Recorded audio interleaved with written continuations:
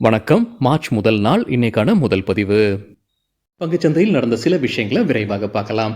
முக்கியமான தகவல், நான் செபி ரெஜிஸ்டர்ட் அட்வைசர் கிடையாது. நம்ம சேனல்ல இருந்து எப்போதுமே ஸ்டாக் ரெக்கமெண்டேஷன்ஸ் கிடையாது. யூடியூப் சேனல் மட்டும் இல்லைங்க, மற்ற சோஷியல் மீடியா பிளாட்ஃபார்மான இன்ஸ்டாகிராம், வாட்ஸ்அப், டெலிகிராம்ல இருந்து கூட நாம ஸ்டாக் ரெக்கமெண்டேஷன்ஸ் வழங்குவதில்லை. மேலும் பணத்தை வாங்கிட்டு எந்த சேவையும் வழங்குவது இல்லை. பல போலியான குரூப் இயங்கிட்டு இருக்கு. தயவு செய்து ஜாகிரதையாக இருங்க. இந்த வீடியோவில் காட்டக்கூடிய அனைத்து கம்பெனிகளும் வெறும் இன்ஃபர்மேஷனல் பர்பஸ்க்காக மட்டுமே முதலீடு செய்யுங்கன்னு சொல்கிற வீடியோ கிடையாது. எந்த ஒரு முதலீட்லையும் ரிஸ்க் இருக்கும். ரிஸ்க் புரியாமல் இன்வெஸ்ட் செய்யாதீங்க.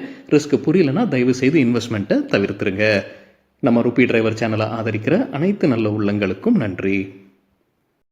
சில இண்டிவிஜுவல் ஸ்டாக்ஸ் மற்றும் செய்திகள் விரைவாக பார்க்கலாம். டாட்டாவுடைய செமிகண்டக்டர் பிசினஸ் குறித்தான அறிவிப்பு விரைவில் வரும்னு டாடா சன்ஸ் உடைய சேர்மன் என் சந்திரா சொல்லியிருக்கிறாருன்னு எக்கனாமிக் டைம்ஸ்லேருந்து கிடைத்த தகவல். அவங்க குஜராத்தில் ஆலை அமைக்கிறாங்க. இதற்காக அவங்க 2 தாய்வான் நிறுவனங்களுடன் பேச்சுவார்த்தையில் இருப்பதாக சொல்லப்படுது. ஒன்று power chip semiconductor manufacturing corporation, மற்றொன்று யூஎம்சி குரூப். 2 பேரில் ஒருத்தருடன் அவங்க பார்ட்னர்ஷிப்பில் வருவதற்கான வாய்ப்பு இருக்குன்னு சொல்லியிருக்கிறாங்க எக்கனாமிக் டைம்ஸ் செய்தியில். டாடா இன்ஸ்டியூட் ஒரு புது கண்டுபிடிப்பை செய்திருக்கிறாங்கன்னு எக்கனாமிக் டைம்ஸில் கிடைத்த தகவல். அவங்க புற்றுநோய் சிகிச்சைக்கு பயன்படுத்தக்கூடிய ஒரு மருந்தை கண்டுபிடிச்சிருக்கிறாங்க. அதாவது மறுபடியும் புற்றுநோய் வராமல் இருப்பதற்கு இந்த மருந்து தடுக்கும்ன்ற அப்டேட் கொடுத்துருக்காங்க. அது மட்டும் இல்லாமல் பக்க விளைவுகளை 50% குறைக்கும்ன்ற சாத்தியமும் இருக்குன்ற அப்டேட் கொடுத்துருக்காங்க. தகவல் நமக்கு கிடைத்தது எக்கனாமிக் டைம்ஸ்லேருந்து. என்பிசிசி தரப்புல ஒரு அப்டேட் இருக்குது. நியூ டெல்லியில் இருக்கக்கூடிய அவங்களுடைய ஒரு சொத்தை விற்பனை செய்கிறாங்க. என்ன மதிப்புக்கு விற்பனை செய்கிறாங்க? 273 கோடி ரூபாய். யார் வாங்குறாங்க? Grid controller of India limited வாங்கியிருக்கிறாங்க. என்பிசிசி தரப்புல மற்றொரு அப்டேட் இருக்குது. அவங்களுடைய சப்சிடரி நிறுவனம் தான் HSCC இந்தியா. அவங்களுக்கு கவர்மெண்ட் ஆஃப் மகாராஷ்டிரா கிட்டேருந்து ஒரு ஆர்டர் கிடச்சிருக்கு. அதோடைய மதிப்பு 460 கோடி ரூபாய். ஹாஸ்பிட்டல் ப்ராஜெக்ட் இதுன்ற அப்டேட் வெளியிட்டிருக்கிறாங்க.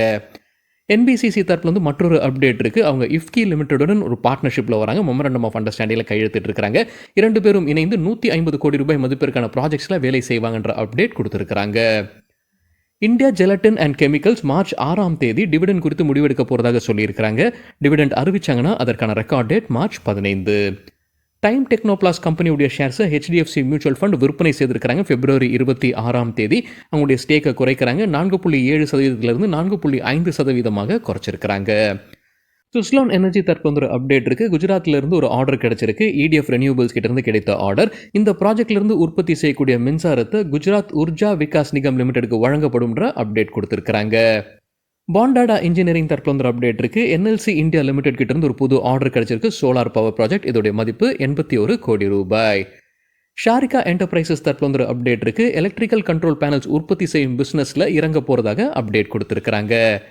பேடிஎம் உடைய ஷேர்ஸை சாஃப்ட் பேங்க் உடைய அமைப்பான SVF இந்தியா ஹோல்டிங் ஷேர்ஸை விற்பனை செய்திருக்கிறாங்க. அவங்களுடைய ஸ்டேக்கை குறைச்சிருக்கிறாங்க. ஜனவரி 23, 2024 பிப்ரவரி 26, 2024 வரைக்கும் இடையே அவங்க அந்த ஷேர்ஸை விற்பனை செய்திருக்கிறாங்க.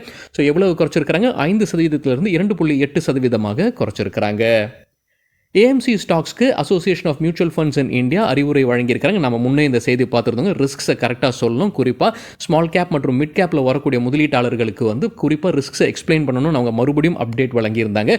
இப்போ அதோடைய பாகமாக AMC ஸ்டாக்ஸ் அவங்களுடைய வெப்சைட்டில் கூடுதலாக டிஸ்க்ளோஷர்ஸ் வழங்கி இருக்கிறாங்கன்ற அப்டேட் வெளியிட்டிருக்கிறாங்க.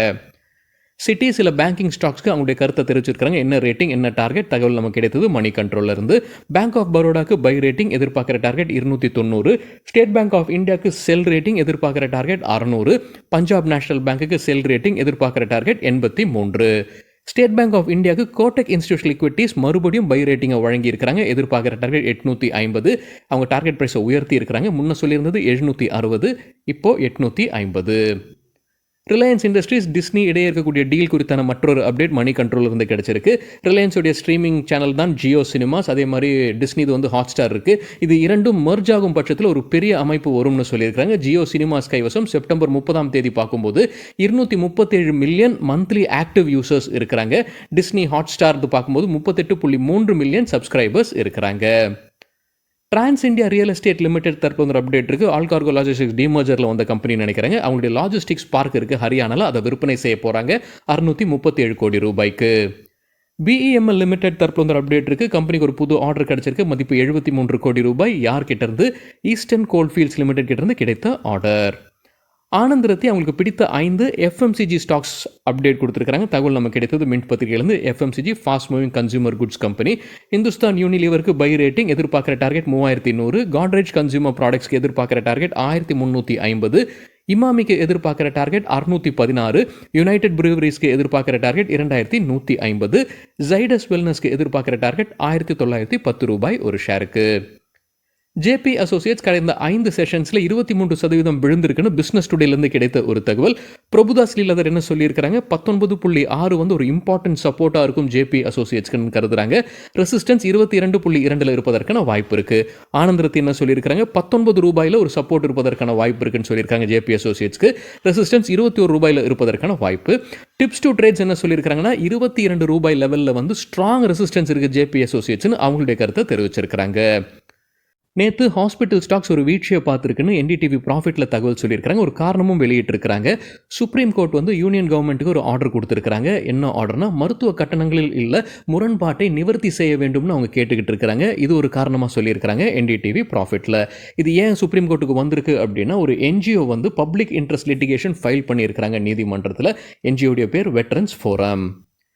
ஜேஎஸ்டபிள்யூ இன்ஃப்ராஸ்ட்ரக்சர் குறித்து என்டிடிவிலேருந்து கிடைத்த ஒரு தகவல். மோத்திலால் ஓஸ்வால் பை ரேட்டிங் கொடுத்துருக்காங்க. எதிர்பார்க்குற டார்கெட் ஒரு ஷேருக்கு 300 ரூபாய். 6 அனலிஸ்ட்டில் 3 பேர் வந்து பை ரேட்டிங் கொடுத்துருக்காங்க ஜேஎஸ்டபிள்யூ இன்ஃப்ராஸ்ட்ரக்சருக்கு. ஒருத்தர் ஹோல்டு ரேட்டிங்கும் 2 பேர் செல் ரெக்கமெண்டேஷன் கொடுத்துருக்காங்க. சராசரியாக 12 மாதத்தில் என்ன டார்கெட்டை எட்டும் அனைத்து அனலிஸ்டுடைய ஆவரேஜும் பார்க்கும்போது 13.5% கீழே போகிறதுக்கான வாய்ப்பு இருக்குன்னு சொல்லியிருக்கிறாங்க என்டிடிவி செய்தியில். பிரைட்காம் குரூப் நேற்று திருப்பியும் விழுந்திருக்கு போல தெரியுதுங்க. 7% விழுந்திருக்கு. பிஸ்னஸ் டுடேலேருந்து கிடைத்த தகவல் தான். நம்ம முன்னே பார்த்த செய்தி தான் காரணமாக சொல்லியிருக்காங்க. செபி மறுபடியும் ஒரு கன்ஃபர்மேட்டரி ஆர்டர் கொடுத்துருக்காங்க. அவங்களுடைய குரூப்பில் வந்து சில முறைகேடு நடந்திருக்குன்ற குற்றச்சாட்டில் முதல்ல ஆகஸ்ட் மாதம் போன வருடத்தில் ஒரு ஆர்டர் பாஸ் பண்ணியிருந்தாங்க. அதை மறுபடியும் இப்போ கன்ஃபர்மேஷனும் கொடுத்துருக்காங்க. அப்புறம் இடியும் விசாரிக்க வேண்டும்ன்ற ஆர்டர் பாஸ் பண்ணியிருந்தாங்க. அதுதான் காரணமாக சொல்லியிருக்காங்க பிஸ்னஸ் டுடேல. மற்றொரு அப்டேட் என்னென்னா, சங்கர் சர்மா ஒரு பாப்புலர் முதலீட்டாளர். அவர் இதில் முதலீடு செய்திருக்கிறாரு. அவருடைய ஷேர்ஸ் விற்பனை செய்வதற்கு தடை இருந்தது, அதை நீக்கி இருக்கிறாங்க. அதே போல சிவகிருஷ்ண தமானி அவரும் ஷேர்ஸ் வைத்திருந்திருக்கிறார் பிரைட்காம் குரூப்ல. அவரும் ஷேர்ஸை விற்பனை செய்யக்கூடாதுன்ற ஒரு தடை இருந்தது, அதையும் இப்போ நீக்கி இருக்கிறாங்க. ஆந்திரா சிமெண்ட்ஸ் குறித்து ஒரு அப்டேட். ப்ரொமோட்டர் சாகர் சிமெண்ட்ஸ் ஷேர்ஸை விற்பனை செய்திருக்காங்க. இந்த செய்தி நம்ம முன்னே பார்த்தது தான். இப்போ சாகர் சிமெண்ட்ஸ் தரப்பு வந்து அதிகாரப்பூர்வ அறிவிப்பு வெளியிட்டிருக்காங்க. 46,08,000 ஷேர்ஸை விற்பனை செய்திருக்காங்க ஆந்திரா சிமெண்ட்ஸில். ப்ரொமோட்டர் தான் சாகர் சிமெண்ட்ஸ். அதாவது 5% ஷேர்ஸை விற்பனை செய்திருக்காங்க. February 27 மற்றும் February 28 ஆஃபர் ஃபார் சேல் வழியாக அவங்களுடைய ஸ்டேக்கை குறைச்சிருக்காங்க. 95% 90% குறைச்சிருக்காங்க சாகர் சிமெண்ட்ஸ். மேலும் குறைக்க வேண்டியது இருக்கும்னு நினைக்கிறாங்க. செபி ரூல் படி 25% வந்து பப்ளிக் ஷேர் ஹோல்டிங் கிட்ட இருக்க வேண்டும். ஸோ இன்னும் மேலும் அவங்க குறைப்பாங்க அப்படின்றதான் எதிர்பார்ப்பு. ஆட்டோ ஸ்டாக்ஸ் இன்னைக்கு ஃபோக்கஸில் இருப்பதற்கான வாய்ப்பு இருக்குது. ஏன்னா அவங்க February மாதத்திற்கான சேல்ஸ் டேட்டாவை வெளியிட ஆரம்பிப்பாங்க. ஆட்டோ ஸ்டாக்ஸ் மட்டும் இல்லாமல் மற்ற கம்பெனிகளும் அவங்களுடைய போன மாதம் February மாதத்திற்கான பிஸ்னஸ் அப்டேட்டை வெளியிட ஆரம்பிப்பாங்க. சரிங்க, இதுதான் சில விஷயங்கள் என்னுடைய பார்வைக்கு எட்டியது. நன்றி, வணக்கம்.